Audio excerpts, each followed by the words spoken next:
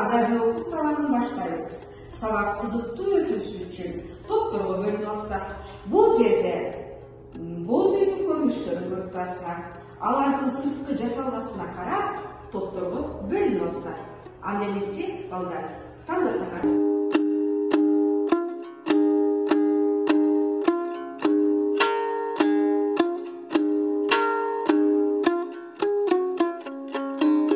Алдыңарда керегенин сүрөтү турат.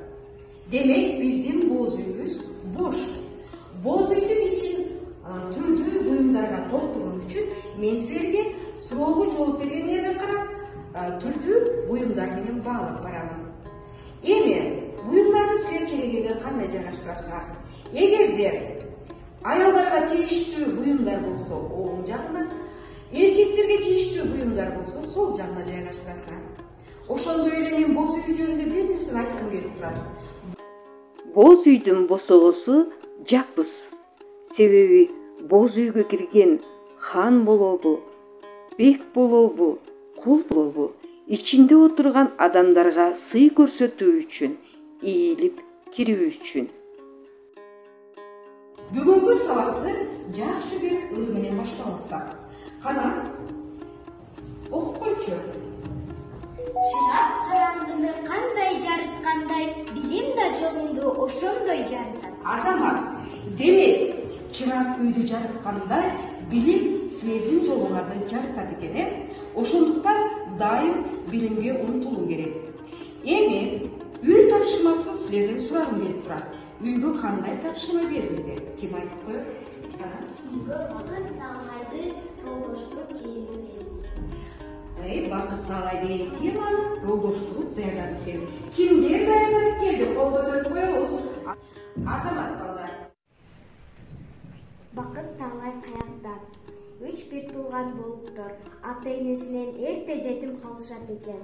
Балдар эр жетип чоңоюп, өз алдыларынча оокат кылып, үй-жай көтүүгө аракеттенишип, байга малай жүрүшөт. Күндүр-түндүр кара жанын карч уруп, байдын жумушун аткарышат. Канчалык эмгектенишсе да, күндүк тапканы күндүк оокатына жетпейт. Эң улуусу бир күнү инилерин чогултуп, бул бизге оокат эмес экен. Андан көрө жер кыдырып, Бакыт Таалай издеп табалык дейт. Инилери макул көрүшөт, жолго чыгышат. Бир туугандардын баспаган жери, ашпаган тоосу, кечпеген суусу калбайт. Ачка болуп кыйналган кезде жер айдап жаткан дыйканга келишип, эси ооп жыгылышат. Дыйкан аларды үйүнө алып барып нан, жарма берип тойгузуп, эмне мынча чалыгып чачап жер кыдырып жүргөндөрүн сурайт. Балдар болгон сырларын жашырбай айтып беришет. Дыйкан талаадагы тилкени көрсөтөт. Анча терең кетпей казып чыккыла, бош жери калбасын. Ушул аяктын карышта жерине бир заманга алтын катылыптыр деп каным бар. Бир туугандар тилке жерди бүт казып чыгышты. Бирок алтын таба алышпады. Дыйканга келип жаңжал салышты.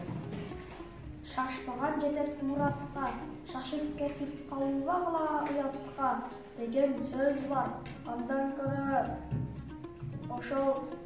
ошол жерди бош таштабай буудай эгип таштагыла, дейт дыйкан күлүмсүрөп. Тигилер мостоя түшүшөт. Бирок эми андан башка айла калбаганын түшүнүшкөн. Бир туугандар дыйкандын айтканын кылышат. Күркүрөгөн күздө ошол аянтчадан аябагандай мол түшүм алышат. Ошондо гана ага иймилүү жигиттер Бакыт Таалайдын кайда болорун түшүнүшкөн экен. Силер сабакка эң жакшы даярданып келипсиңер. Анда мен силерди боз үйдүн керектүү буюмдары менен сыйлап койсом, өзүңөрдүн боз үйлөрүңөрдү жасап аласыңар. Балдар, мына Бакыт Таалай темасын түшүндүңөр. Демек, Бакыт Таалайды башка жактан издейт бекенбиз? Жок, өзүбүздүн жашаган жерибизден Бакыт Таалайды болуш үчүн эмне болот экен, эмне кылышыбыз керек экен? Кеңешиш керек экен, дагы эмгектенүү керек экен, үмүттөнүш керек экен, сабырдуу болуш керек экен, улууну сыйлоо керек экен. Демек, Бакыт Таалайды болуш үчүн биз башка жактан издебейт экенбиз. Ал өзүбүздүн эле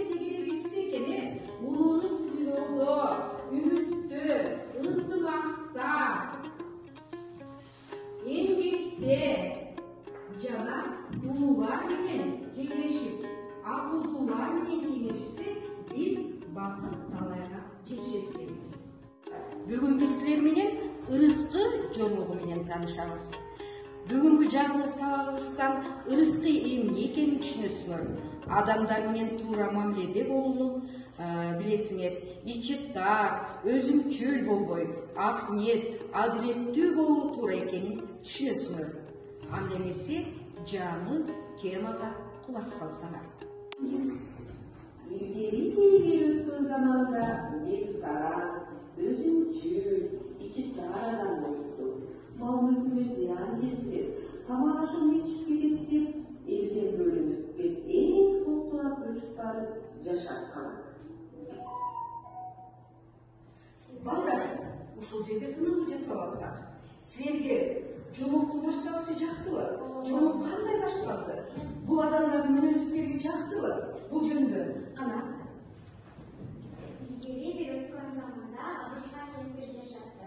Алар мал мүлкүнө зыян келтирип, тамак ашын ичип кетет деп элден бөлүнүп жашашты. Балдар, ушул адамдардын мүнөзү силерге жактыбы? Же жакпадыбы? Эмне үчүн айта аласыздар? Жок, мага жаккан жок. Эмне үчүн? Эмнеге дегенде алар экөө тең саран болуу үчүн. Сарам, ичтар. Сарам, ичтар дегенди эмне түшүнөбүз? Ач көз. Азамат ач көз. Ташкор, мейли. Көрө албас. Мамилеси жаман. Эч кимге эч нерсесин бергиси келбеген, Анда эмесе кайрадан жомоктуласак. Бир күнү аларды тыңдап, алыс жолго бараткан жолоочу келет.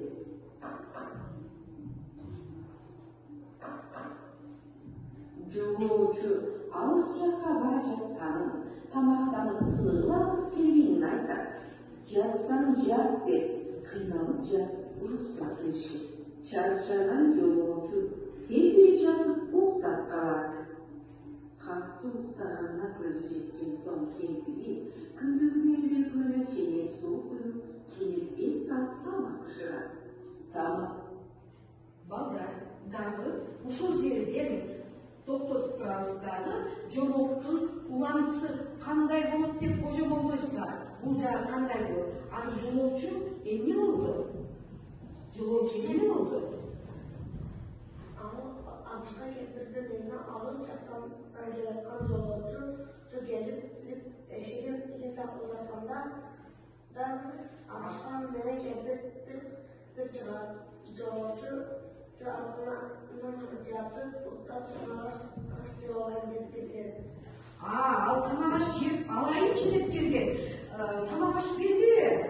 Жок, алар ичи тартып кылып тамак ашып беришкен. Жолоочу ошол учурда эмне кылды? Жолоочу уктап калды. Абышка кемпир эмне үчүн акырын кыймылдап тамак бышыра баштады? Ушул жерде оюңа да айтып болгончу. Аны ойгонуп койдум деп. Ойгонуп кетпесиң деп, Жаттык менен иче баштайт. Абышка кемпири көбү тең тоюп, бирок казанда дагы тамак артып калат. Мындай кызыка түшүнбөй, Абышка кемпирин жемелейт. Жолоочуга тамак берейин деп атайын көп жасаган экенсиң го? Жок, күндөгүдөй эле ченек жасадым эле. Андан көрө сен мага көрсөтпөй кошуп койгонсуң го. Ошол маалда уктап жаткан жолоочу өлүп кетет. Бул менин ырыскыма буйруган тамак турат. Жолоочунун ырыскысы өзү менен деген ушул.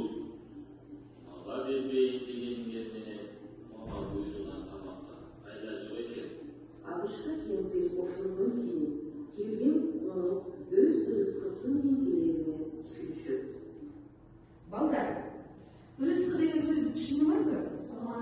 Демек, ал эмнеdir? Абышка кемпир уянып калыштыбы? Же уянган жокпу жолоочунун айткан сөзүнө? Дагы уянып калышты. Алар эмне деп бири менен биринчи урушуп кетиштиler? Эмне дештилер? Sen мен жасап жатканымда көрүнбөстөн барып туруп кошуп койгонсуң. Деген аял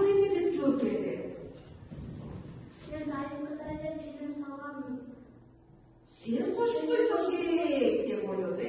Жолоочу ошондо эмне деп жооп берди? Бул менин рызкыма, ар бир конок өзүнүн рызкысы менен болот деп жооп берди. Азаматтар, жакшы түшүнсүңөр. Келгиле, анда бул Абышка кемпир өздөрүнүн окуясы ушул окуядан кийин өздөрүнүн кылык жолуна уялып оңолушту экен. Жомоктун атын унутуп коелу,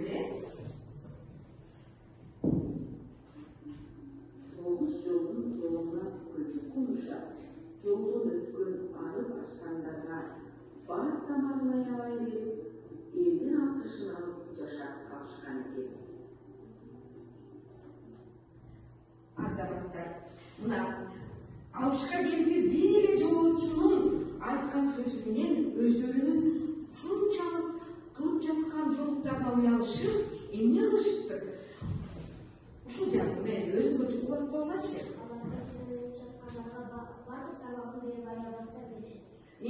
Дарбы. Элдердин алкышын алып жашап калды. Элдердин алкышын алып жашап калыптыр. Андан кийин сарандык кылбайт. Азыр 3 топ тапшырмаларда катышат. Биринчи топ жөнөкөй сүрөндөр менен сүрөттөрү бар китеп түзүшөт. Экинчи топ каармандарды мүнөздөп таблицаны толтурушат. Ал эми үчүнчү топ болсо эки каарманды салыштырып Вендин диаграммасын түзөсүңөр. Кара кеңешип алсаңар, кайсы топ кандай тапшырманы алышат?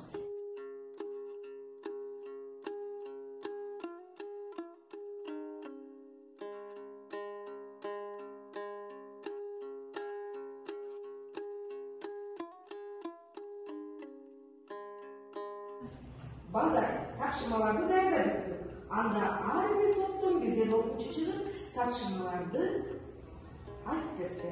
Кара, биринчи топтон Айбеке чыгат экен. Экинчи топтон ким чыгат? Кара. Үчүнчү топтон келгиле. Бул жерде ар бир тапшырмаларды кандай аткарганыңарды көрсөтүп, жооп берсеңер. Таблицаны толтурдуң, Ким? Абышка кемпир. Алар кандай? Ач көз, ичи тар, саран жана көрө албай. Алар эмне кылды? Элдер бөлүнүп жашашты. Башкаларга болгон мамилеси кайдыгер жана жаман. Азамат, эң жакшы. Абышка кемпир абдан сараңдуу. Эч ким жок десин жашайт. Жолоочу кумолго келип, анын ырыскысы бар экен. Абышка кемпир чоң жолго үй куруп, элди конокко кылып жашашып калды. Азамат, эң жакшы. Бирок кел, сенин китепчеңди балдардын баарына көрсөтүп коелучу. Мына бул жерде Абышка кемпирдин көрүнүшүн көрсөтүптүр, Ал эми бул жерде жолоочунун боз үйгө келип, эшикти эмне такылдатып жатканын. Ал эми 3-бөлүктө бул Абышка кемпирдин атайымды чоң жолго үй салып, элди коноктогон бөлүк экен. Эң жакшы, сүрөтүңөр абдан жакшы чыгыптыр, Абышка ач көз. Бул жакта көрсөтүп турайлы. Абышка ач көз, саран, ичи тар. Жолоочу ак көңүл, акылдуу, мээримдүү, сабырдуу. Окшош жактары экөөсү тең адам тоодо жашайт. Алар кыргыз. Эң жакшы аткарыпсыңар, азаматтар. Балдар, менин колумда топ турат, Азыр мен силер менен оюн ойноймун. Ушул топ кимге барып түшсө, ошол менин сурооңа жооп берет. Анда эмесе баштасак. Жомоктогу каармандарды айтып койсоң. Абышка кемпир жолоочу. Азамат. Абышка кемпирдин мүнөзү. Жолоочуга тамак бербөө. Ичи ач көздүү. Дары, кана толуктайбыз. Ач көздүү, саран, Ичи тар. Азамат. Жолоочу эмнеге келди? Анын ырыскысы бар, ал күнөөнү.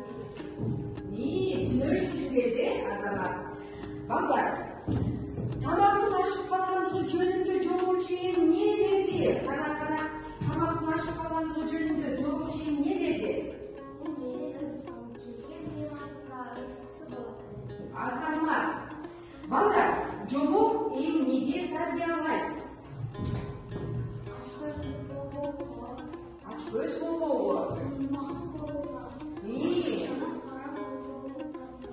Эң жакшы.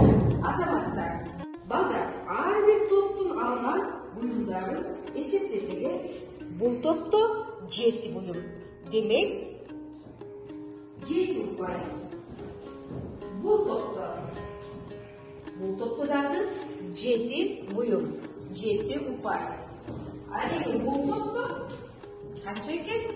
7. Демек, 3 топ эми болуптур. Бүгүн сабакка бирдей активдүү катышты. Силердин бүгүнкү сабакка катышып бергениңер үчүн чоң рахмат. Ушуну менен бүгүнкү сабагыбыз аяктады. Бүгүн тапшырма ырыскы жомогун окуп, жомого байланыштуу сүрөттөрдү таркиптөө. Анда биз саламатта